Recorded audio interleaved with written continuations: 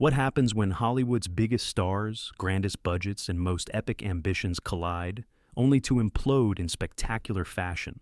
Today, we're counting down the 20 worst movies of the 1960s, according to the legendary critic Roger Ebert. From bloated epics that swallowed fortunes to misguided comedies that left audiences cold, each film on this list earned Ebert's harshest scorn, and for good reason. Get ready to explore the cautionary tales of ambition gone awry and discover why even the most dazzling silver screen dreams can turn into unforgettable flops. Number 20. The Big Circus. Imagine stepping into a grand tent, drums pounding and lights flashing, only to be met with wooden performances and predictable pratfalls. Joseph M. Newman's The Big Circus boasted a starry cast and a lavish $2.5 million budget for live elephants, tigers, and Technicolor splendor. Yet, for Roger Ebert, the spectacle felt like a dusty sideshow. He slammed the film with a one-star verdict, writing that its cardboard characters and sheet metal pacing drained all the color from the big top. The sabotage subplot, meant to inject suspense, simply disappears, and romantic beats between Whirling and Bloom fizzle like a neglected fuse. At the box office, audiences yawned through matinee screenings, and MGM quietly shelved sequel plans. Today, The Big Circus endures only as a cautionary tale. No amount of sequins and trained elephants can outshine a hollow script in Ebert's unforgiving view. Number 19. Billy Rose's Jumbo. In the early 60s, few names shone brighter on Broadway than Billy Rose's Circus Spectacular, yet when producer Charles Walters brought Jumbo to the screen with Doris Day, Jimmy Durante, and Busby Berkeley's kaleidoscopic choreography, critics recoiled. Ebert awarded it a brutal half-star, panning its bloated 141-minute runtime and lackluster plot. He called the musical numbers mind-numbing loops that never catch fire, and quipped that even Durante's antics felt practiced to death. Despite a then staggering $3.5 million budget, the film's ragtag love triangle and forgettable tunes left theatergoers restless. Rodgers and Hart's once vibrant score sounded tired against the clunky love story, and Day's trademark warmth was lost in the lumbering staging.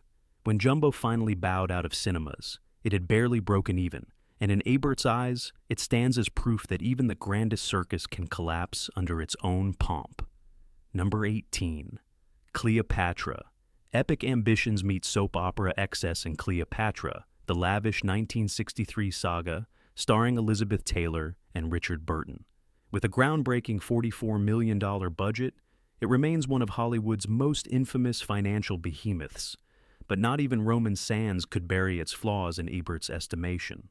He awarded a single star, blasting its 247-minute runtime as an endurance test, and lamenting that Taylor's regal presence was swallowed by pompous sets and haughty tedium. Burton's chemistry with Taylor flickers in spare moments, but is overwhelmed by endless scenes of political intrigue that read like a university lecture. Critics noted the behind-the-scenes drama, Taylor and Burton's off-screen romance, but on screen, Cleopatra moved with the grace of a legion of elephants. Audiences, dazzled by the spectacle but starved for real drama, abandoned the film early. In Ebert's view, this grandiose flop proved that no amount of gold leaf can gild a story that has forgotten how to thrill. Number 17. Kiss Me, Stupid. Billy Wilder's Kiss Me. Stupid should have been a sly, risque comedy, but instead, it read like a stale vaudeville sketch. Starring Dean Martin as a washed-up songwriter and Kim Novak in a bafflingly miscast turn, the film leans heavily on cheap innuendo and tired bedroom humor. Ebert despised its mechanical crude jokes and gave it half a star, writing that the film treats its leading lady with a disrespect that borders on parody. Scenes meant to be scandalous feel limp, and Novak's talents go begging in a script that seems unsure whether it wants to be naughty or simply lazy. The public agreed. Box office returns fizzled, and Wilder's reputation for smart comedy took an unexpected hit. To Ebert, Kiss Me, Stupid remains a textbook example of humor turned hollow when sharp wit is replaced by gags that run out of gas. Number 16. Battle of the Bulge war epics in the mid-60s carried monumental expectations, but Battle of the Bulge trudged through its 152-minute runtime like a tank stuck in mud. Directed by Ken Anakin and featuring Henry Fonda and Robert Shaw, the film promised a gripping retelling of World War II's bitter Ardennes offensive. Instead, critics cited its antiseptic tone and flat dialogue, and Ebert's one-star review called it a sanitized parade of cliches. He noted that genuine heroism vanished amidst stiff performances, and a score that attempted to stir goosebumps, but instead felt generic. Shot against snowy backdrops that looked more studio-bound than battlefield real, the movie never captures the chaos of war. Audiences, yearning for visceral drama, instead found themselves watching another glossy, uneventful reenactment. For Ebert, Battle of the Bulge proved that realism and heart, not just marching boots and snarling artillery, are what make war stories resonate. Number 15. The Oscar. Imagine the glittering facade of Hollywood fame dissolving into melodrama so stiff it creaks at every line.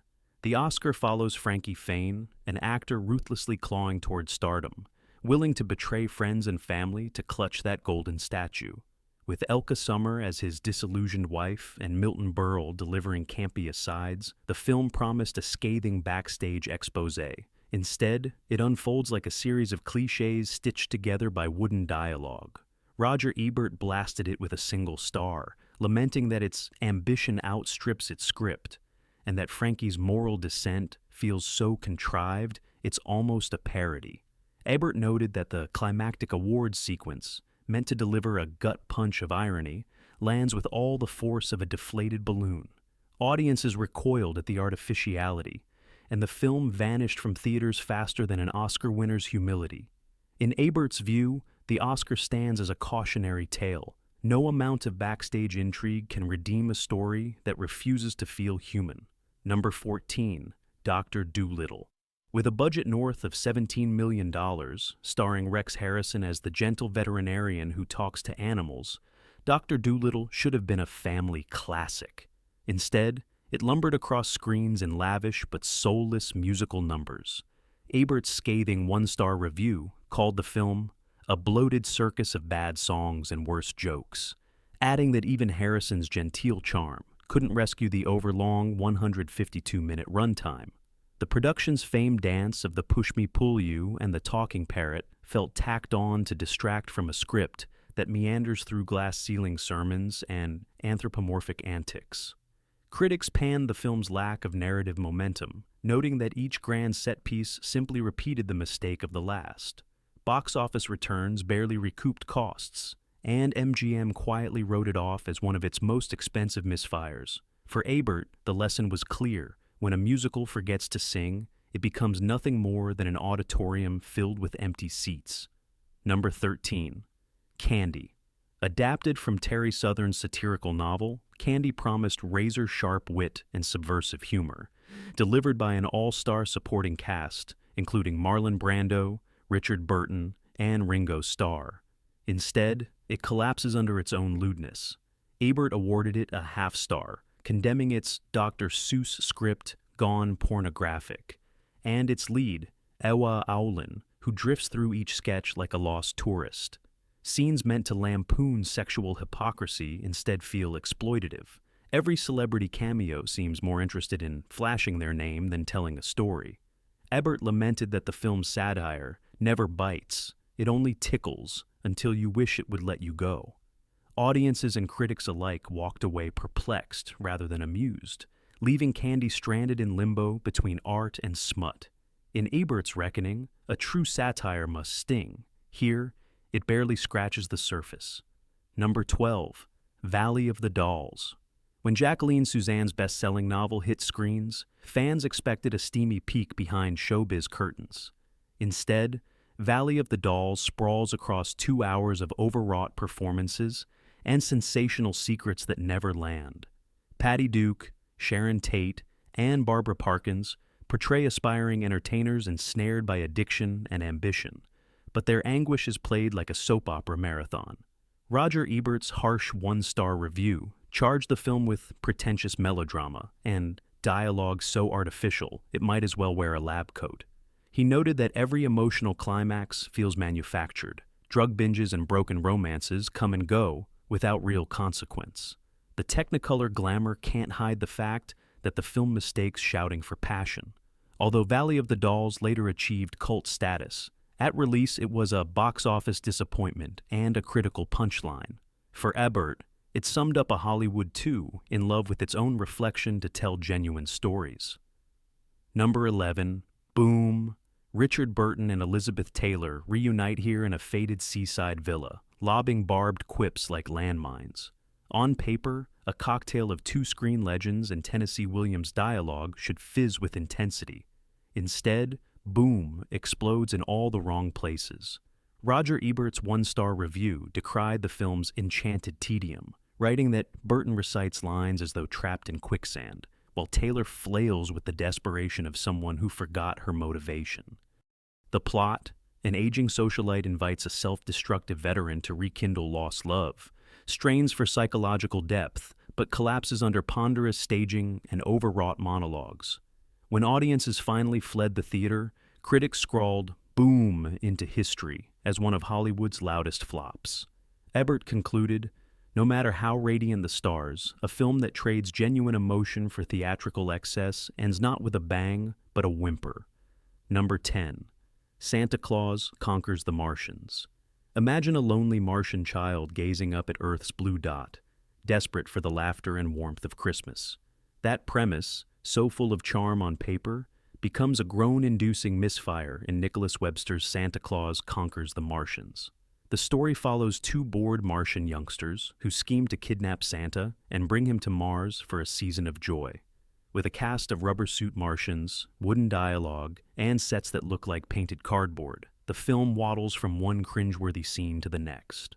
Roger Ebert, in his famously blunt style, handed this picture half a star and wrote that it insults children by underestimating their intelligence and patience. He panned the flat performances. Pia Zadora's wide-eyed innocence feels forced at best, and scoffed at the hokey special effects that do more to distract than delight. Ebert noted that every attempt at humor lands with the grace of a falling star, leaving viewers embarrassed for everyone involved. On release, Santa Claus Conquers the Martians sank without a trace at the box office and was swiftly forgotten by mainstream audiences. Yet its reputation as one of the worst films ever made gave it an odd second life in midnight movie circuits and so bad it's good retrospectives. For Ebert, however, there was nothing redeemable, no camp value, no unintentional joy. Just a painful reminder that good intentions can't save a story built on cheap gimmicks and lazy writing. In Ebert's final tally, this misguided sci-fi holiday flick stands as proof that the gap between a noble idea and a watchable film can be impossibly wide. Number 9. Dondi. Picture a war-torn Europe in the aftermath of World War II. Rubble-strewn streets, orphaned children, and one boy who captures every heart. That's the promise behind Dondi, the live-action adaptation of the popular comic strip. Young Dondi is a mute war orphan adopted by kindly Americans, and the film aims for a tug-at-your-heartstrings drama about finding home. Instead, it unfolds as insipid sentimentality played out in cliched vignettes. Roger Ebert unloaded on Dondi with a half-star review, calling it an insufferable bowl of goo. He argued that none of the characters feel real, and that every attempt at emotion is signaled by swelling music rather than true storytelling. Ebert found the child star's performance bewildering, lost in a script that never trusts its audience with subtlety, and blasted the film for insisting on manufactured tears instead of letting moments breathe.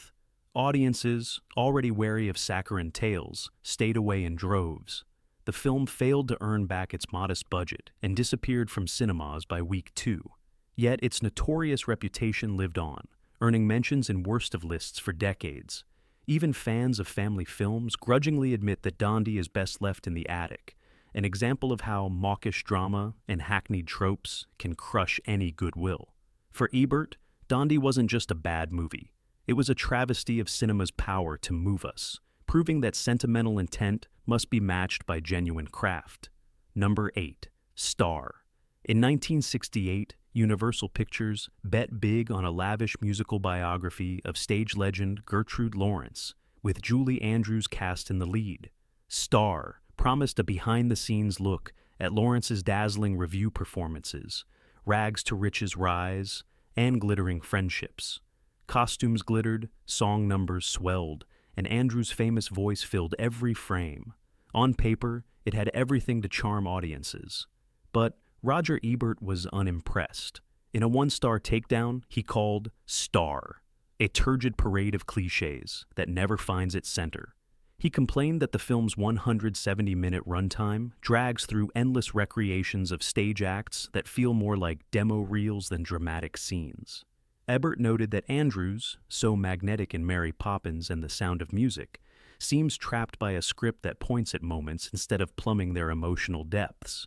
Even James Brolin's devoted co-star can't ignite a spark. When Star hit theaters, it earned a polite applause but dissolving box office returns. Critics echoed Ebert, great talent, wasted in a production too enamored of its own gloss. Today, the film remains a curiosity for Andrew's completists, but most viewers regard it as a cautionary tale, proof that even the brightest star can't shine in darkness. In Ebert's ledger, Star stands as a reminder that spectacle without soul is simply empty noise, an ostentatious tribute that betrays its own subject. Number 7. McKenna's Gold. Western epics were a dime a dozen in the late 60s, but McKenna's Gold aimed to stand above the rest. Boasting Gregory Peck as a U.S. Marshal, Omar Sharif as a charming outlaw, and a quest for fabled Inca treasure, director J. Lee Thompson's film promised sweeping desert panoramas and pulse-racing adventure. Cinematographer William W. Spencer captured the Utah canyons in Technicolor glory, and Jerry Goldsmith's score thumped with promise. Yet, Roger Ebert's one-star review panned it as a torpid, character-free slog. He argued that Peck's stalwart lawman feels like a cardboard cutout, while Sharif drifts through scenes spouting cliched banter. Ebert wrote that the plot, villagers chasing a legend, lacks moral weight, and that the film mistakes rugged beauty for true drama. No amount of sun-bleached rock formations could rescue a script that refuses to let characters breathe, much less grow. Audiences, disillusioned by paycheck westerns, gave McKenna's Gold a pass, and it barely recouped its hefty costs. Over time, it sank into obscurity, resurfacing only in dusty TV slots and collectors' caches. For Ebert, this wasn't just a bland western, it was proof that grandeur demands heart, not just landscape. In his view, McKenna's Gold is a cinematic mirage, stunning to behold, but empty at its core. Number 6. The Bible, In the Beginning. When producer Dino De Laurentiis and director John Huston teamed up to bring Genesis to life, audiences braced for biblical spectacle. The Bible, In the Beginning, covers creation, Noah's flood, Sodom and Gomorrah, and Abraham's trials, with an all-star cast including Michael Parks, Ava Gardner, and John Huston himself in a cameo as Noah. Shot on location in Italy and Morocco, the film boasts monumental sets and thousands of extras. Still, Roger Ebert unleashed a scorching one-star verdict. He felt the movie treated sacred stories like museum dioramas, beautiful to look at, but lifeless. Ebert wrote that performances veer from overwrought to detached, while the narration, voiced by Richard Basehart, drifts like a lecture hall monologue. The climactic flood sequence, though ambitious, plays more like a stage trick than a cataclysmic event. On release, the film drew curious crowds but left many cold. Box office takings stumbled, and critics lamented its lack of emotional resonance. In the decades since, the Bible, In the Beginning, has faded into an artifact of 60s excess, an example of grandeur trumping substance. For Ebert, grand designs demand more than gold leaf and massed armies. They require soul. In his estimation, this ambitious endeavor collapsed under its own weight, earning its place among the decade's most forgettable epics. Number 5. Don't Make Waves. When Don't Make Waves hit screens in the summer of '67, it promised a breezy romp through Southern California surf culture, with Tony Curtis as an LA playboy torn between bikini babes and true love. Claudia Cardinale brought European glamour, and Sharon Tate turned up in one of her final roles. But Roger Ebert saw nothing but a frothy mess beneath the sun, and he slapped it with a lone star. He wrote that the movie's colorful beach parties and car chases feel hollow, mere eye candy masking a script that never picks up its pace. Curtis drifts through scenes with a grin, but no real stakes, and Tate's brief charisma can't cover for gags that flop harder than a wiped-out wave. Despite catchy surf rock tunes and Technicolor beaches, audiences found little to hold on to. Box office returns sputtered, and the film soon vanished with the tide. In Ebert's reckoning, Don't Make Waves proves that no amount of coastal cool can rescue a comedy that forgets to make us care. Number 4. Ice Station Zebra. With Cold War tensions at a fever pitch, Ice Station Zebra assembled a top-drawer cast: Rock Hudson, Ernest Borgnine, Patrick McGoohan, and director John Sturgis behind the camera. The setup: a submarine mission to rescue scientists trapped at a drifting Arctic research base. The result: a tepid potboiler that Roger Ebert deemed cold and sterile, and rated with just 1 star. He argued that the film's sterile interiors and endless technical jargon choke off suspense, while action sequences, promised as pulse-pounding, unspool with the urgency of a bureaucratic meeting. Hudson's upright captain feels more like a talking head than a man fighting for survival, and Borgnine's gruff wit is wasted on dialogue that reads like a naval report. When audiences filed out early, it was clear that even the promise of espionage and sub-zero peril can freeze over if the story lacks warmth and humanity. In Ebert's view, Ice Station Zebra is a reminder that tension is born from characters, not cold facts. Number 3. The Happiest Millionaire. Disney's rare attempt at a live-action musical, The Happiest Millionaire, boasted Fred MacMurray as eccentric tobacco tycoon Anthony Jerome Drexel Biddle, alongside a young Leslie Ann Warren and a jaunty George Bruns score. It aimed for family whimsy, but landed in cookie-cutter territory. Roger Ebert blasted it with 1 star, calling it a misfired musical that confuses spectacle with soul. He noted that endless song and dance set pieces parade past without emotional anchor. You never feel Drexel's childlike wonder or his daughter's yearning for independence. The film's sprawling 164-minute runtime only deepens the malaise. Disney's famed craftsmanship can't mask a narrative that stutters from number to number. Box office receipts inched upward too slowly to justify the lavish sets and costumes, and the studio shelved thoughts of sequels. For Ebert, The Happiest Millionaire showed that even magic kingdoms crumble when songs outnumber heartbeats. Number 2. The Singing Nun. Based on a true story, The Singing Nun cast Debbie Reynolds as Sister Anne, whose folk-style hymns topped the charts in 1963. On paper, it was an uplifting tale of faith and song, but Roger Ebert bewailed its tooth-rotting syrup, granting it only a half star. He argued that every scene feels engineered to wring cheap tears. Sister Anne's crisis of faith, her movie star boyfriend, even the convent's choir rehearsals come across as formulaic. Reynolds delivers warmth, but she's trapped in a script that equates spirituality with saccharine smiles and musical montages. The film's budget of $5 million may have created pristine abbey walls, but it couldn't build genuine emotion. Audiences turned away, unwilling to sit through another forced reaffirmation of virtue. In Ebert's estimation, The Singing Nun is a primer on how benign intentions can curdle into cinematic sugar, sweet at first taste, but sickly soon after. Number 1. The Legend of Layla Clair.